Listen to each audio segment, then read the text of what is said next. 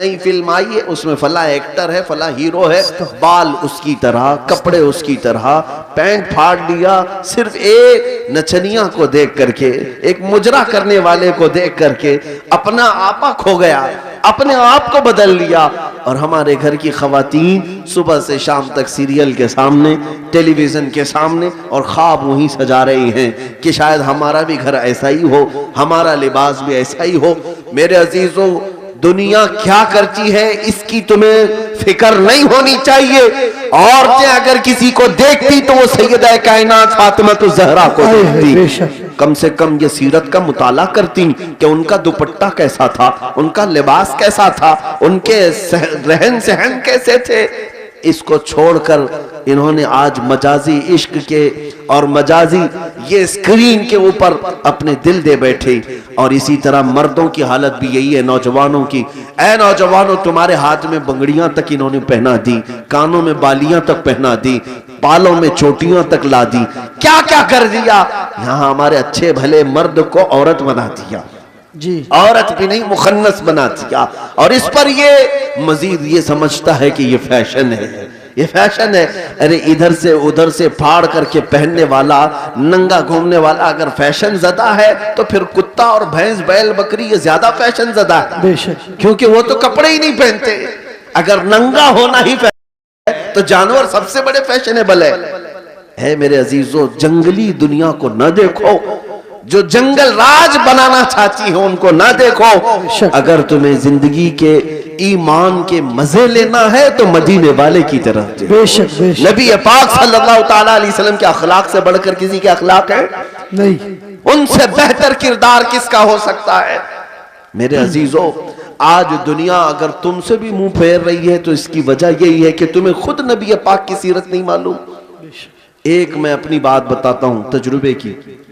ایک بار ایک ٹرین سے میں اتر رہا تھا، ایک نوجوان نے، میلاد کا دن تھا 12ویں شریف کا، اس نے مجھ سے پوچھا کہ کوئی ایسا عمل بتا دیجئے جو رسول اللہ کو خوش کر دو۔ سبحان، ربیع الاول شریف میں آپ بھی کمکمے لگاتے ہوں گے، سجاتے ہوں گے نا گلیاں، جلوس بھی نکالتے ہیں، ساری چیزیں کرتے ہیں، لیکن کچھ کام اور بھی ہیں تمہارے ذمہ۔ بے شک، اسٹیشن میں تھے، ریلوے اسٹیشن سے اتر رہے تھے، میں نے اس نوجوان سے کہا بیٹا اگر کچھ کرنا ہے تو دیکھو ہم اسٹیشن پہ ہیں، جاؤ کوئی بوڑھا یا کوئی کمزور ہو جس کا سامان بھاری ہو تو اٹھا لو، یہ میرے نبی پاک کے اخلاق ہے بے شک، حضور کی سنتوں میں سے اور حضور کے اخلاق کریمانہ میں سے یہ بات تھی۔ مکہ میں حضور اس بات پر مشہور تھے کہ اگر کوئی بوڑھا سامان اٹھا کر جا رہا ہوتا، نبی پاک خاموش نہیں کھڑے ہوتے، اس کا سامان اپنے کندھے پہ لے لیتے۔ ہاں، حضور اکرم صلی اللہ تعالیٰ علیہ وسلم کے متعلق حضرت خدیجہ الکبریٰ رضی اللہ تعالیٰ عنہ نے بھی یہ فرمایا کہ آپ بوڑھوں کا، کمزوروں کا بوجھ اٹھاتے ہیں، اللہ آپ کے ساتھ برا کبھی نہیں فرمائے۔ بے شک، میرے عزیزو، میں آپ کو ایک تجربے کی بات بتا رہا ہوں۔ وہ نوجوان گیا ڈھونڈتے ہوئے، ایک بوڑھی عورت اتر رہی تھی 2 بڑی تھیلیاں لے کر، اس کے پاس گیا کہ اماں جی یہ مجھے دے تو میں پہنچا دوں گا آپ تک۔ پہلی بات میں ظاہر سی بات ہے اجنبی کو کون سامان دے گا؟ اس نے منع کیا کہ بھائی چھوڑ دو، میرا سامان مجھے لے جانے دو۔ وہ نہیں دے رہی تھی، اس نے ضد کیا کہ مجھے دے دیجئے۔ وہ خاتون کہنے لگی پہلے یہ تو بتا تو کولی ہے یا سامان اٹھانے والا ہے؟ ڈریس سے تو نہیں لگتا، کہیں میرا سامان اٹھا کے بھاگ گیا؟ اس نے حقیقت بتائی، اماں جی بات یہ ہے کہ آج 12 ربیع الاول ہے، سبحان، ہمارے پروفیٹ محمد صلی اللہ تعالیٰ علیہ وسلم کا جنم دن ہے، اور ہمارے نبی پاک صلی اللہ تعالیٰ علیہ وسلم بوڑھوں کا اور کمزوروں کا بوجھ اٹھاتے تھے۔ ان کی یہ عادت تھی، میں چاہتا ہوں کہ ان کی وہ ادا پر میں عمل کر کے ان کو خوش کر دوں۔ ہے سبحان، سبحان، اس عورت کے دل پر یہ بات لگی، وہ نان مسلم تھی، نان مسلم تھی۔ اس نے سامان اٹھا لیا، جہاں تک جانا تھا وہ خاتون کے ساتھ گیا، ٹیکسی کیا اور بھیج دیا، نمبر شیئر کر لیے تھے، وہ عورت چلی گئی سامان لے کر۔ میرے عزیزو، 6 مہینے گزر گئے اسی طرح سے۔ وہ نوجوان مجھ سے کہتا ہے کہ مجھے تو خبر نہیں تھی، بات آئی گئی ہو گئی، ایک بار اس طرح سے کسی کی مدد کر لیا، لیکن 6 مہینے کے بعد وہ ایک خاتون جو کرسچن تھی وہ فون کر کے کہتی ہے کہ بیٹا کیا حال چال ہے، تجھے یاد ہے ہم اسٹیشن میں ملے تھے اور تو میرا سامان اٹھایا تھا؟ کہا ہاں اماں جی یاد ہے۔ کہا کہ پچھلے 6 مہینے سے میں تیرے نبی کی سیرت ہی پڑھ رہی ہوں، اے ہو سبحان اللہ سبحان سبحان نے مجھے ان کی طرف ڈائیورٹ کر دیا، اور ہر دن ان کی بات پڑھتی ہوں تو مزہ کچھ اور ہی آتا اے ہو سبحان ہے، لطف کچھ اور ہی آتا ہے۔ سبحان عزیزان گرامی وقار، آج بھی دنیا تمہارے نبی کو اگر پہچانے گی تو تمہارے اخلاق سے پہچانے، بے شک سبحان تمہارے کردار، تم ترجمان ہو اپنے نبی پاک، بے شک لہذا تمہارے یہ زندگی گزارنے کے طور طریقے ایسے نہیں ہونی چاہیے کہ دنیا تم کو دیکھ کر کے یہ کہے یہ نہایت گندے رہنے والے کہاں کس دین کی طرف بلائیں گے، نہ ان کے ہاں پاکیزگی ہے، نہ طہارت ہے، نہ صفائی ہے۔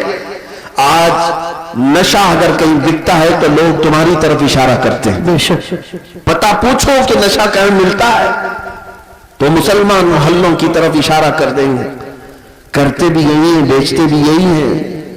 اور میرے عزیزوں، سب سے زیادہ جرائم کہاں ہوتے ہیں؟ لوگ تمہاری طرف اشارہ کرنے لگتے ہیں۔ میں یہ نہیں کہتا کہ ہم جرائم پیشہ ہیں، لیکن تم غیروں کی سازشوں کے نظر ہو گئے۔ بے شک ایک بادشاہ نے اپنے وزیر سے پوچھا تھا میری کرسی لمبی دیر تک مجھے قائم رکھنا ہے، کیا کروں؟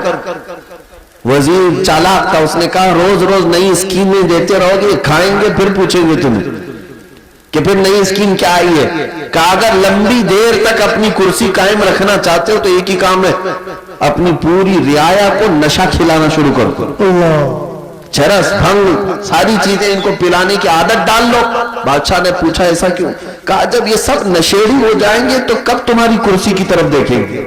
جی ان کو ان کا نشہ مل جائے گا، بس وہ سوچیں گے بھی نہیں کہ کون حکومت کر رہا ہے، کون کرسی پہ بیٹھا ہے۔ جی اس فارمولے پر دنیا آج بھی عمل کرتی ہے۔ جی اگر حق بات کوئی جماعت دنیا میں کرتی ہے تو وہ میرے مصطفیٰ کے غلاموں کی جماعت۔ بے شک بے شک دنیا کو یہ پتا ہے کہ یہ اگر اٹھ گئے تو کرسیاں بھی ہلاتے ہیں، بے شک یہ اگر اٹھ گئے تو حق بات کے اعلان کے لیے اپنی گردنیں بھی لٹا دیتے ہیں، کٹا دیتے ہیں۔ بے شک اس لیے پوری دنیا نے طاقت یہ لگائی کہ ان کے محلوں میں نشہ زیادہ رہے، ان کے محلوں میں عیاشی زیادہ رہے۔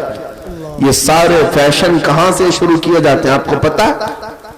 آج سعودی عرب پوری دنیا کا ٹارگٹ بنا ہوا ہے، اسرائیل وہاں اترا ہوا ہے، امریکہ وہاں اترا ہوا ہے، رشیا، UK سب وہاں اترے ہوئے ہیں۔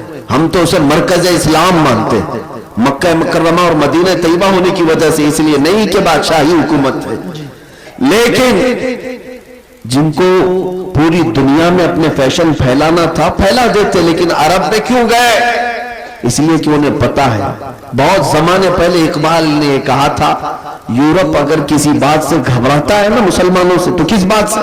یہ فاقہ کش موت سے ڈرتا نہیں ذرا، روح محمدی اس کے بدن سے نکل